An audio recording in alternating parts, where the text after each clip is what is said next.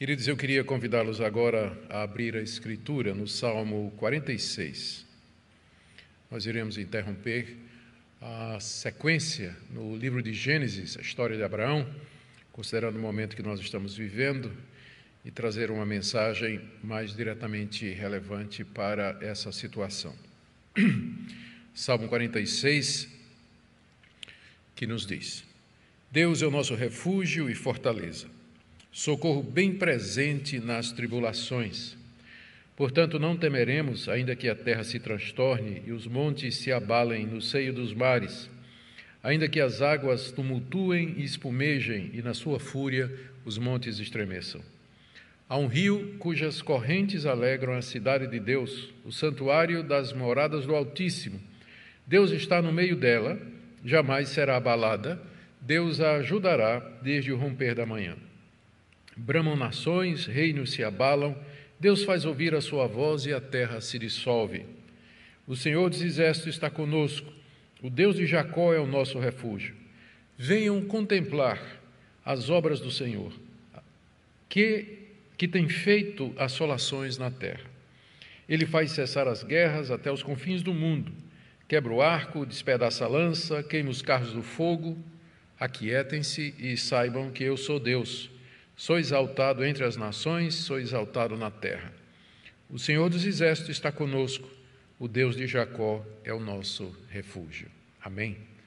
Vamos orar pedindo que Deus nos dê instrução e iluminação na compreensão da sua palavra. Senhor, na manhã desse dia consagrado ao Senhor, mesmo impossibilitados de podermos estar juntos para te prestar o culto do qual tu és digno, nós suplicamos que tu estejas com esse momento, abençoando as pessoas que nos escutam, pedindo, Senhor, especialmente pela exposição da palavra, desse salmo, que tanto fala ao nosso coração, e pedindo que o Senhor nos dê esse coração quieto, tranquilo, diante das tempestades. Nós oramos que o Senhor acalme o coração do teu povo em todo lugar, que dê sabedoria, que o Senhor traga cura, libertação, paz àqueles do teu povo que estão debaixo de necessidades e angústias. Mas agora, em particular, pedimos por iluminação do Espírito Santo na compreensão desse salmo e seu significado para nós hoje. É o que pedimos em nome de Jesus. Amém. Queridos, esse salmo, ele serviu de base para que Martinho Lutero compusesse Castelo Forte, que é um dos hinos mais conhecidos e cantados no mundo. É considerado a Marselhesa da Reforma Protestante, esse hino Castelo Forte. E Lutero se inspirou nas palavras desse salmo que nós acabamos de ler, e não é sem razão. Esse salmo foi escrito pelos filhos de Corá, levitas que serviam a Deus no templo de conformidade com a lei de Moisés, e ele foi composto, diz aqui o subtítulo do salmo, que ele foi composto para ser cantado por vozes de soprano, vozes agudas, e dirigido pelo mestre de cântico durante as reuniões solenes do povo de Deus, nas congregações religiosas, espirituais convocadas pelo rei, para que então o povo cantasse a Deus, que ele é o refúgio e fortaleza. O salmo tem 3 estrofes, e cada uma delas repete o tema do salmo. No verso 1, Deus é nosso refúgio. No verso 7, o Deus de Jacó é o nosso refúgio. E no verso 11, o Senhor dos Exércitos está conosco, o Deus de Jacó é o nosso refúgio. Esse é o ponto central do salmo, de que Deus é aquele em quem sempre podemos nos refugiar em momentos de grande calamidade, no meio de angústias e de tribulações. Não sabemos ao certo a ocasião em que esse salmo foi composto, mas tudo indica que foi numa ocasião em que Deus livrou Jerusalém de uma maneira extraordinária, sem que os judeus ao menos tivessem que lutar. E pelo menos 2 ocasiões históricas servem ou se encaixam aqui. A primeira, que está narrada no livro do profeta Isaías, capítulo 37, é a invasão dos soldados assírios, numa época em que o rei Senaqueribe havia cercado Jerusalém. Ezequias, que era um rei temente a Deus, diante do grande poder militar de Senaqueribe e temendo que a cidade seria tomada, ele então se dirige diante de Deus, trazendo uma carta afrontosa que foi escrita pelo rei Senaqueribe e ora a Deus para que Deus livre Jerusalém das mãos dos seus inimigos. E nós temos o relato de que naquela noite 185 mil soldados assírios morreram de uma praga, de alguma peste, de alguma coisa terrível que dizimou os quartéis inimigos, de maneira que, envergonhados, eles voltaram para a sua terra sem que Jerusalém tivesse que mover um único soldado em sua defesa. E seria certamente uma excelente ocasião para cantar Deus é o nosso refúgio e fortaleza.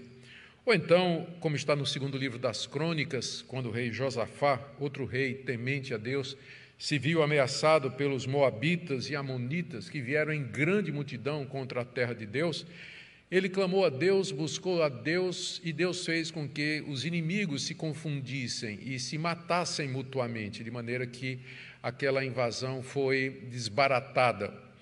Também seria uma ocasião para cantar ou compor esse salmo, ou qualquer outra situação que nós não temos conhecimento. Foi numa dessas situações, ou similar, que os filhos de Corá, então, compuseram esse salmo, que é, na verdade, um hino de vitória, é um hino de confiança plena em Deus, que é para ser cantado não só pelos judeus naquela época, mas por todos os crentes de todas as épocas, toda vez que nós nos virmos cercados por inimigos poderosos que desejam vir contra nós. São 3 pontos do Salmo. Primeiro, quem Deus é e o que é que isso significa para nós, versos de 1 a 3. Segundo, onde Deus mora e o que é que isso significa para nós, versos 4 a 7. E o que Deus fez e o que é que isso significa para nós, versos de 8 a 10. Vamos começar então, quem é Deus e quais são as implicações para isso.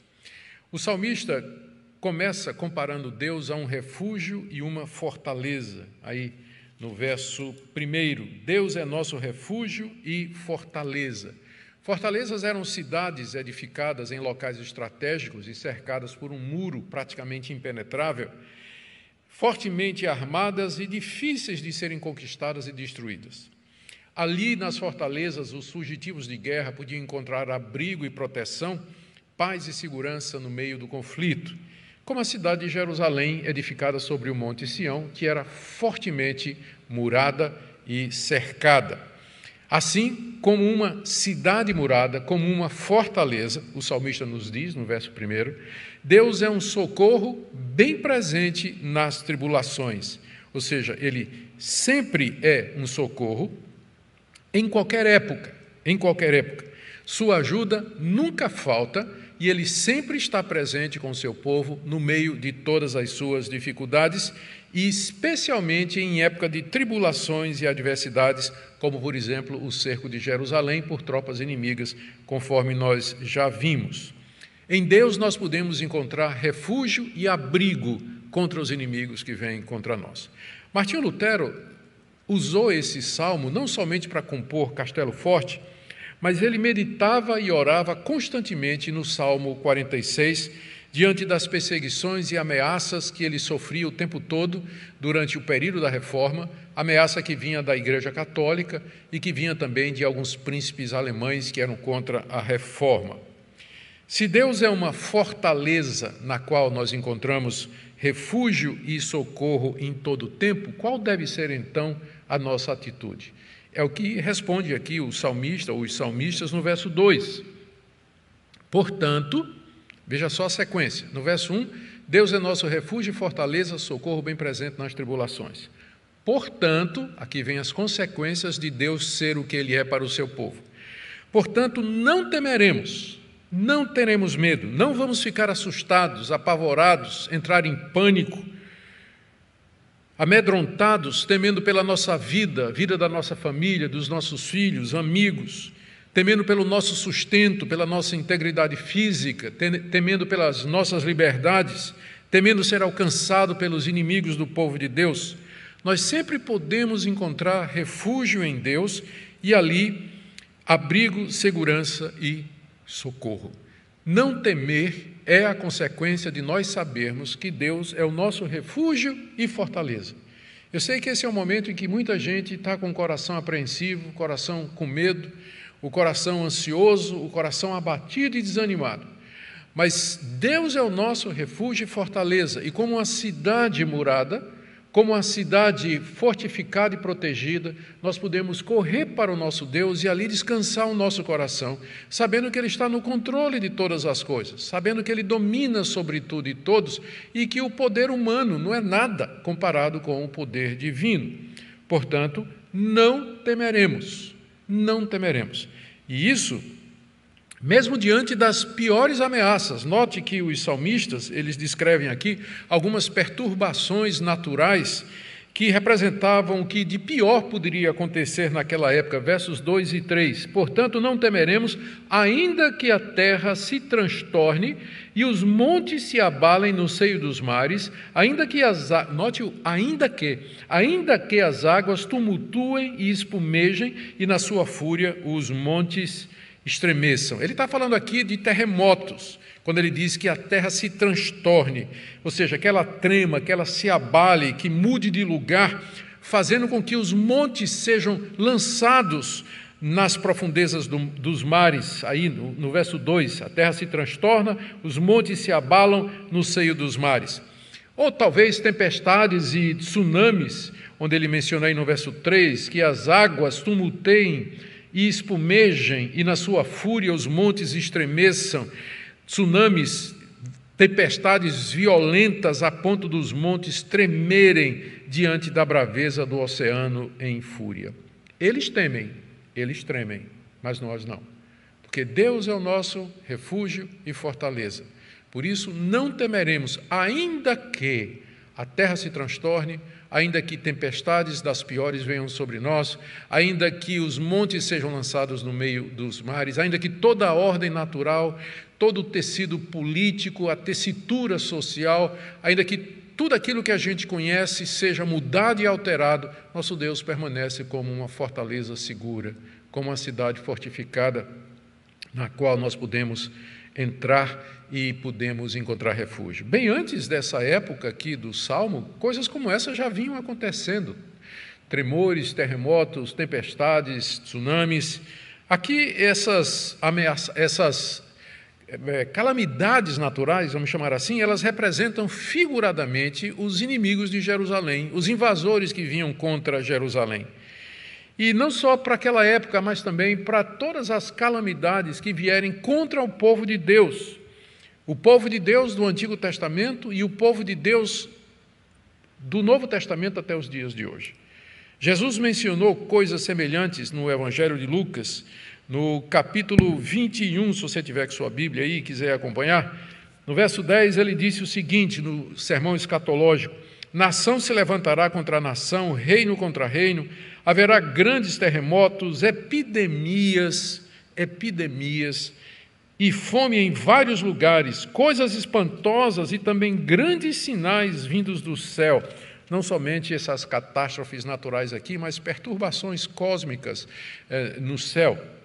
E aqui no verso 25 ele diz: haverá sinais no sol, na lua e nas estrelas, e sobre a terra angústia entre as nações, em perplexidade por causa do bramido do mar e das ondas. Haverá pessoas que desmaiarão de terror pela expectativa das coisas que sobrevirão ao mundo, pois os poderes dos céus serão abalados. Ainda que tudo isso aconteça, ainda que as pessoas se encham de pavor e angústia, homens tremendo de medo diante da situação, diante das perspectivas não muito positivas e alviçareiras que temos diante de nós, ainda assim nós não temeremos. Em meio a todas essas tribulações, nós podemos buscar refúgio em nosso Deus, mediante Jesus Cristo, nosso Salvador, sem temer, sem nos deixar levar pelo pânico, sem nos deixar levar pelo medo, pois Ele está no controle de todas as coisas. Ele é o nosso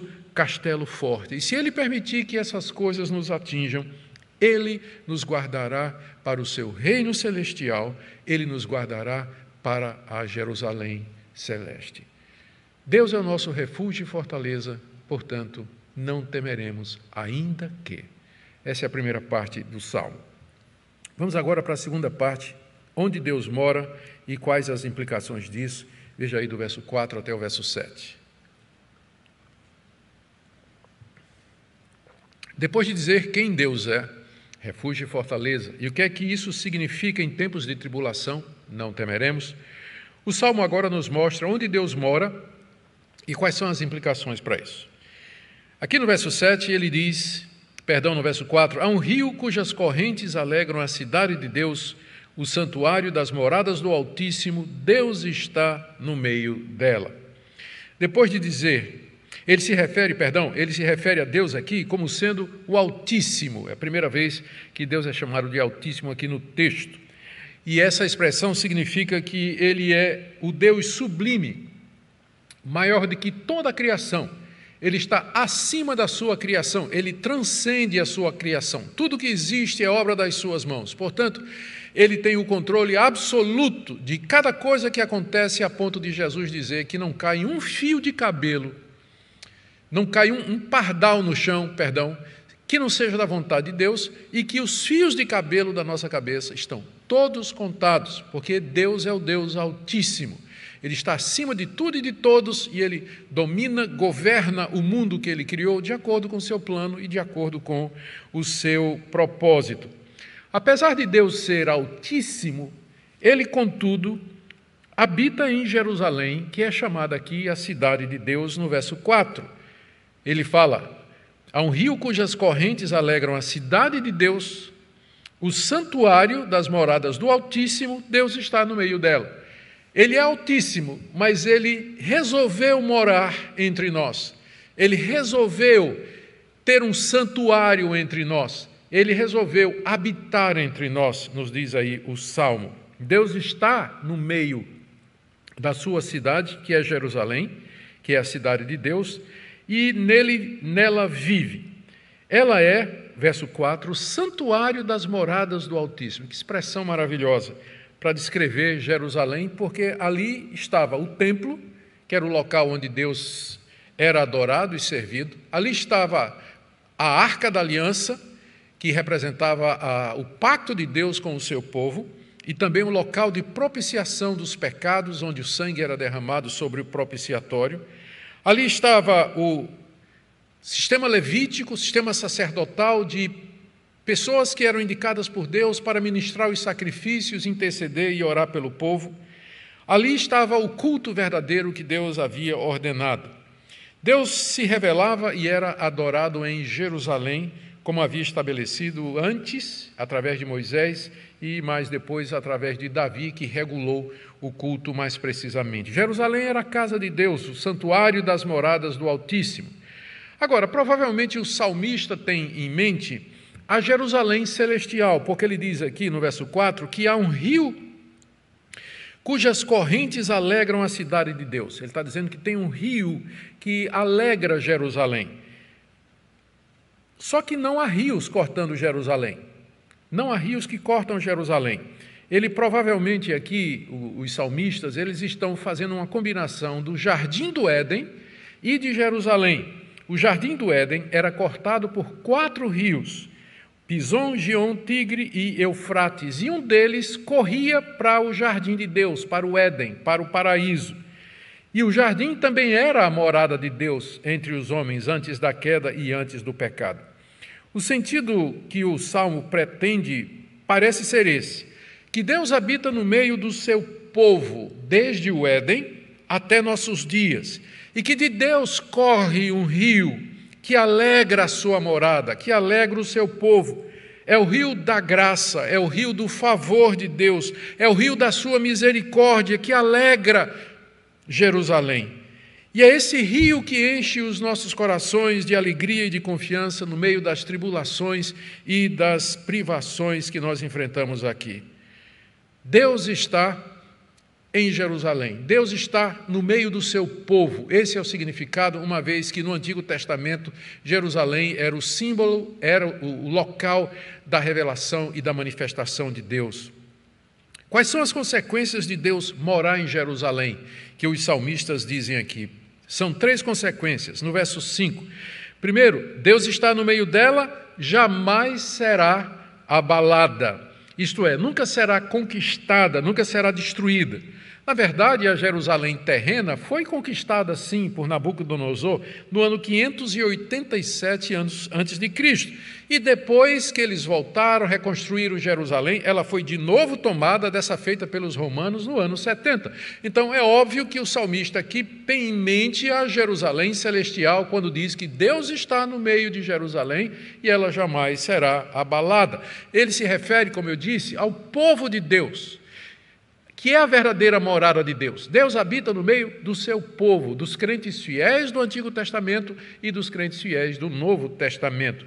A igreja de Deus, o seu povo, jamais será abalado. A igreja de Deus jamais será abalada. Como Jesus Cristo disse, ele iria edificar a sua igreja e as portas do inferno não prevaleceriam contra ela. E a igreja tem sobrevivido todo tipo de ameaça, de perigos, de perseguição em todo o seu longo tempo de história, desde o tempo do Antigo Testamento até os dias de hoje em que nós vivemos. O povo de Deus tem sofrido ameaça, confrontos, perseguições de todo tipo e das mais variadas maneiras. Contudo, Deus está no nosso meio. Nós somos o santuário da morada do Altíssimo. Nós nos alegramos e nos revigoramos com o rio da graça que corre de Deus e que inunda os nossos corações, refrigera a nossa alma, como aqueles pastos e aqueles ribeiros tranquilos mencionados pelo salmista no Salmo 23. Segunda consequência de Deus morar em nosso meio é que Ele nos ajudará desde antemanhã, verso 5, Deus ajudará desde o romper da manhã. Logo cedinho de madrugada, Deus já está em nosso auxílio, em nosso socorro, procurando nos proteger dos inimigos, nos guiando, nos dando sabedoria, enchendo nosso coração de paz. Ou seja, bem cedo, Deus não vai ficar dormindo, né, como alguns vigias de segurança acabam fazendo, porque Deus está sempre alerta para proteger o seu povo e abençoar o seu povo. Bem cedinho, antes de você acordar, Deus já está de sentinela, de prontidão para abençoar você, para livrar você, para guiar você aqui nessa vida. Terceira consequência está no verso 6, quando ele diz assim: bramam as nações e reinos se abalam, Deus faz ouvir a sua voz e a terra se dissolve. As nações pagãs haviam cercado Jerusalém, cheias de bravatas, de fúria e de ameaça. Só lembrando aqui aquela carta que Senaqueribe, o rei assírio, mandou entregar através de Rabsaque, que era o seu enviado, quando cercou Jerusalém, para o rei Ezequias, está lá no livro do profeta Isaías. E nessa carta, o Rabsaque, né, falando por Senaqueribe, diz que Senaqueribe já tinha destruído outros reinos, conquistado outros povos. E quem era Ezequias? Quem era o Deus de Israel para evitar que a mesma coisa acontecesse com Jerusalém? Os povos bramam, os povos levantam sua voz, as pessoas, os governos, cheios de arrogância, pensando que têm toda a autoridade no céu e na terra, se levantam contra a verdade, contra a justiça e o que é certo, e contra tudo aquilo que está relacionado com as coisas de Deus. E eles bramam, eles clamam, falam grosso, e às vezes a gente fica com medo, não é? Mas olha a resposta aqui, parece que há uma comparação, um contraste evidente aqui. As nações bramam, clamam, cheio de arrogância, mas, olha o contraste, no final do verso 6, Deus faz ouvir a sua voz e a terra se dissolve. As nações bramam, e Deus faz ouvir a sua voz e dispersa todos os seus inimigos. A voz de Deus é muito mais poderosa do que o clamor das nações, do que o grito dos poderosos, do que o grito de guerra dos inimigos. A voz de Deus acalma o nosso coração, realiza a sua vontade na terra e destrói os seus inimigos. Por isso nós não temeremos. Ele eleva a sua voz, ele troveja contra as nações e a terra se derrete diante dele. E aí o salmista repete o que ele já tinha dito no verso 1, ele diz no verso 7, o Senhor dos exércitos está conosco, O Deus de Jacó é o nosso refúgio. Agora ele se refere a Deus como sendo o Senhor dos exércitos, que sem dúvida significa que Deus é Senhor de tudo aquilo que Ele criou. O exército aqui é o exército dos céus, o exército dos anjos, toda a sua criação que o obedece. Ele comanda a todos. Deus tem o seu exército, que é toda a sua criação, e Ele dispõe desse exército para realizar a sua vontade aqui nesse mundo. A quem nós temeremos? De quem nós vamos ter medo? Por que nós ficamos ansiosos e preocupados? O Altíssimo faz a sua morada entre nós. O Senhor dos exércitos está conosco. O Deus de Jacó, o Deus da aliança, que fez uma aliança conosco em Cristo Jesus, Ele está conosco. Não é momento de angústia, de temor, de terror, de perplexidade, mas de lembrar que Deus é nosso refúgio e a nossa fortaleza. Agora vamos para a terceira parte do Salmo, que está aí do verso 8 até o verso 10. O que Deus fez e quais as implicações para isso. Nessa estrofe final, o Salmo mostra o que Deus fez e como nós devemos ver. No verso 8, ele convida os leitores a contemplar as obras de Deus. Venham contemplar as obras do Senhor, que tem feito assolações na terra. Ele faz cessar as guerras até os confins do mundo, quebra o arco, despedaça a lança, queima os carros no fogo. Ele se dirige aqui, naturalmente, os primeiros leitores eram os judeus que vinham adorar no templo, onde esse salmo era cantado. E os salmistas dizem algo assim: venham ver o que é que Deus tem feito, venham observar as obras do Senhor. Ele se refere, o salmo, a alguma coisa que Deus tinha feito recentemente, ao que Ele tem feito. O hebraico sugere isso, algo mais recente, alguma coisa que tinha acontecido há pouco tempo. Como nós vimos, talvez uma referência à libertação de Jerusalém de inimigos poderosos somente pelo poder e pelo trovoar da voz de Deus. E então o Salmo expõe as obras que Deus havia feito. Ele chama, venham ver o que é que Deus tem feito. E aí ele diz, o que é que Deus fez? Deus fez assolações na terra, está aí no verso 8. Ele pôs fim à guerra contra seu povo e no mundo inteiro, verso 9. E ele derrotou os exércitos inimigos, ainda no verso 9. Deus quebrou arcos, lanças, carros ou escudos, que eram instrumentos de guerra usados naquela época. É uma descrição bem gráfica da vitória de Deus contra exércitos inimigos que cercavam Jerusalém. Isso já tinha acontecido, isso era algo no passado. O Salmo, então, é um convite para que as pessoas olhem para a vitória que Deus deu ao seu povo e que eles comemorem e celebrem quem Deus é e que aquietem o seu coração, porque se Ele fez isso, Ele nos protege, Ele nos guarda e Ele vai continuar a fazer. Ele haverá de nos sustentar, Ele haverá de nos proteger em meio a toda essa calamidade. E quais eram, então, as consequências que viriam do fato do que Deus fez, não é? Primeiro vimos quem Ele é, onde Ele mora, e agora o que Ele fez, quais são as consequências disso. E aqui o Salmo fala dessas consequências como se fosse Deus falando. Quem sabe, certamente o próprio Deus responde e diz no verso 10, aquietem-se e saibam que eu sou Deus, sou exaltado entre as nações, sou exaltado na terra. Aqui Deus responde.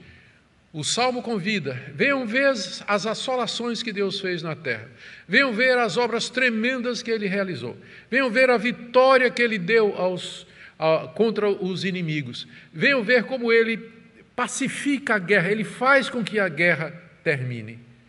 E Deus então fala, aquietem-se e saibam que eu sou Deus.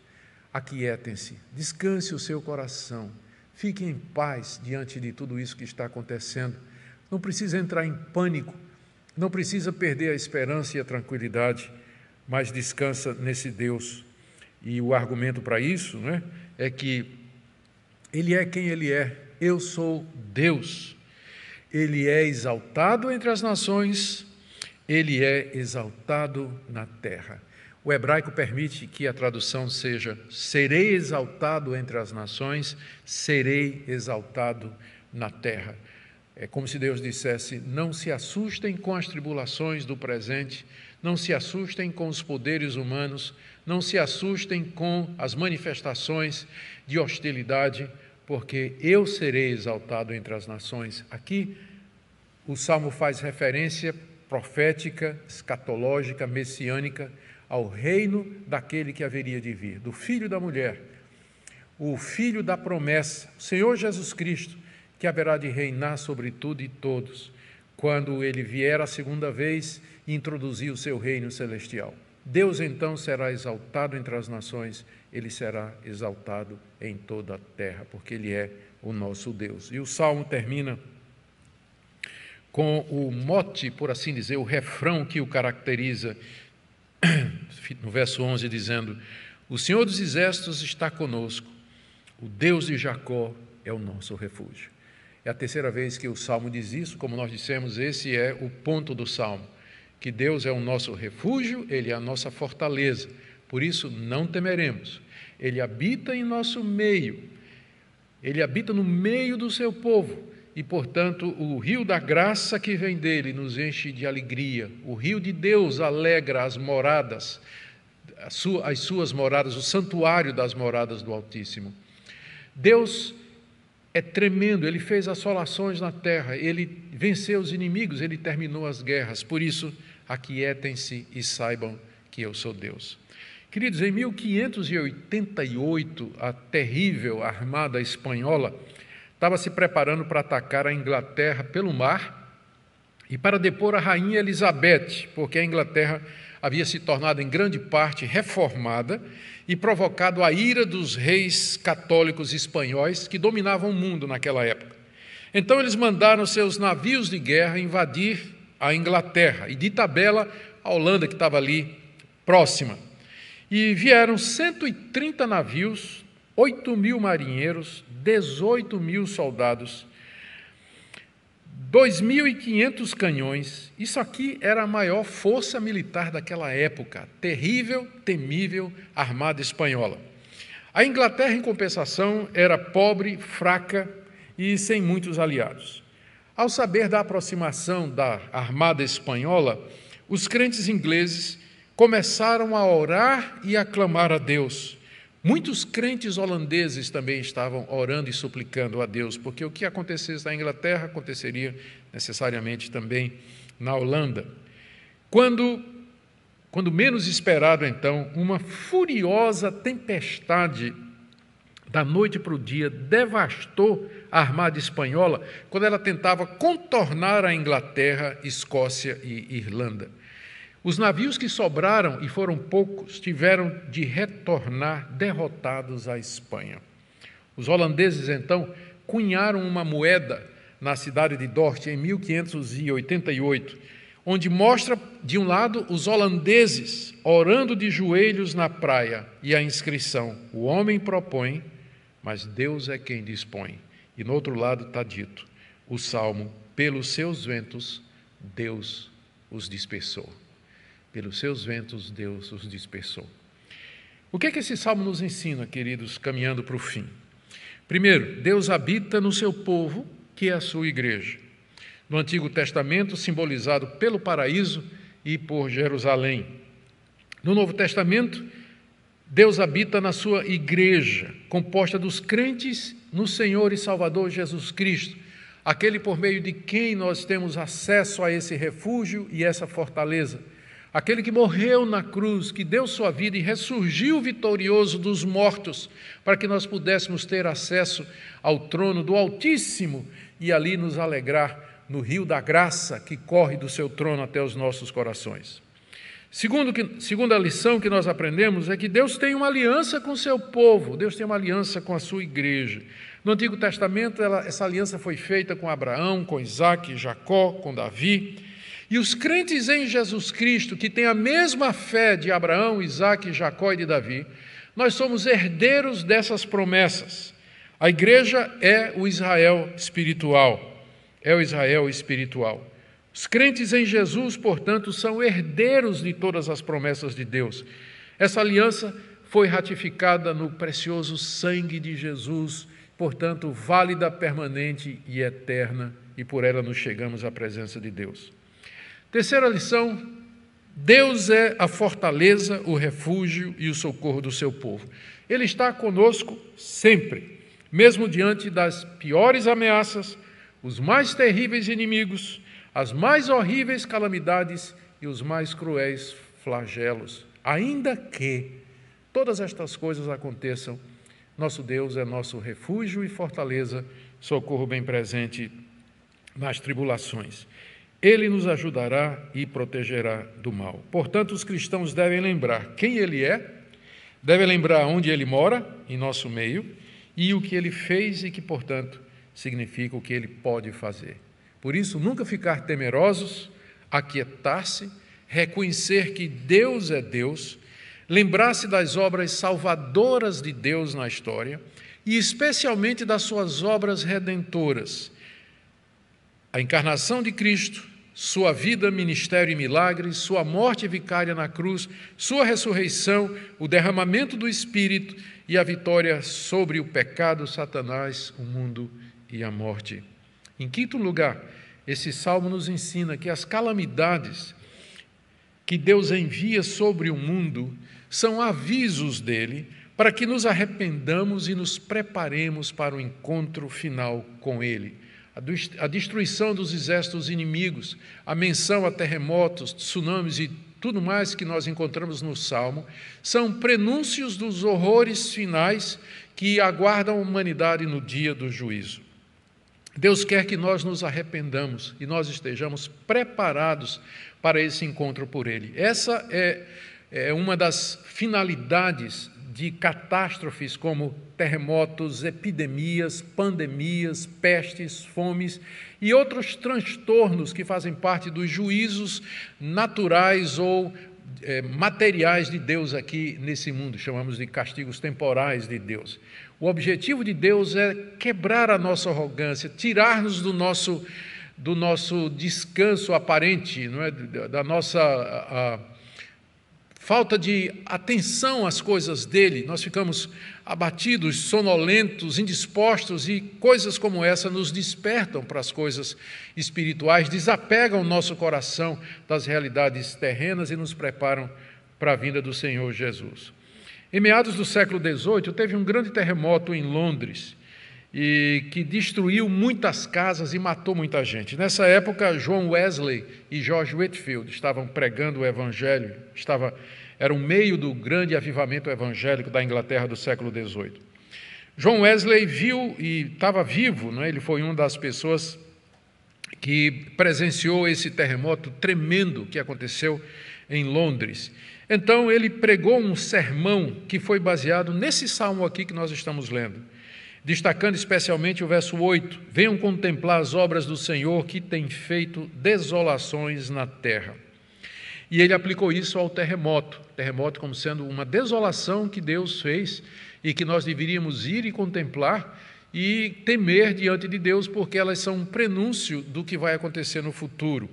Wesley citou 3 outros terremotos bem conhecidos, dois que aconteceram em 1692, um na Cilícia e o outro na Jamaica, e outro mais recente em Lima, Peru, 1746, bem próximo do terremoto que tinha acontecido em Londres.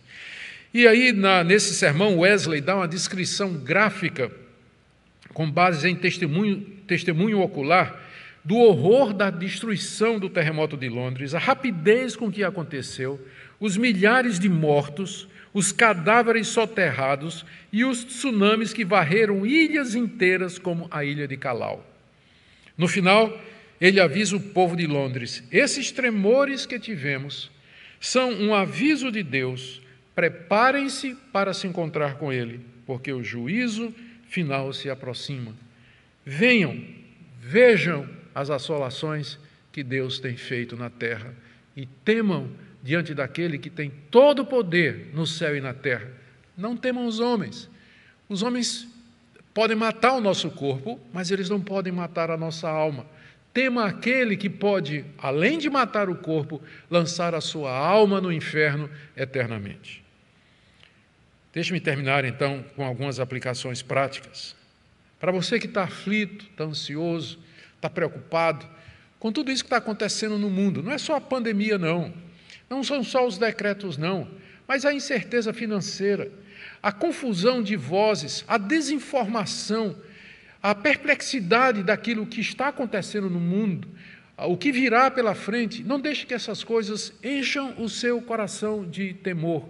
Lembre do Salmo, ainda que o pior nos aconteça, como aconteceu com igrejas em países onde o evangelho é proibido, países comunistas, países islâmicos, onde a fé cristã é punida até com a morte, o exílio, ainda que esse tipo de coisa aconteça.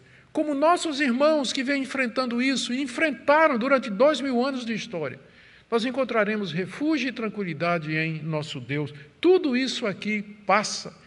Nós temos que manter os olhos firmes na eternidade.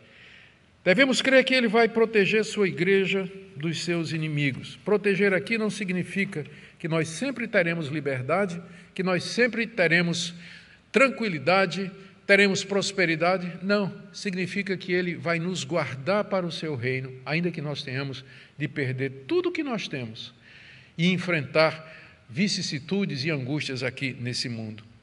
Vivamos na confiança em nosso Deus, como cristãos comprometidos, cidadãos exemplares, nos preparando para o dia do juízo e da ira de Deus, confiados somente em Jesus Cristo, onde temos refúgio seguro. E você, como está nessa manhã? Como está o seu coração? Já está pronto para o encontro com Deus, o Altíssimo, o Todo-Poderoso, o Senhor dos Exércitos? Deus abençoe sua vida, que Deus abençoe a nação brasileira, que Deus abençoe o povo brasileiro, que a igreja possa olhar para tudo isso, se quebrantar, se humilhar, pedir perdão a Deus pelos seus pecados. Talvez muitas igrejas tenham de pedir perdão a Deus porque não seguiram as regras básicas, sanitárias, que talvez evitasse, de alguma forma, a proliferação dessa pandemia. Nós temos que buscar a Deus arrependidos pela nossa falta de cuidado e também clamando a Deus para que Ele tenha misericórdia e que nós tenhamos governantes que queiram o bem do povo, que guardem a Constituição, que respeitem a lei do nosso país, onde a liberdade de culto e a inviolabilidade dos templos são protegidos. Que Deus nos abençoe e a Ele seja toda a glória. Oremos.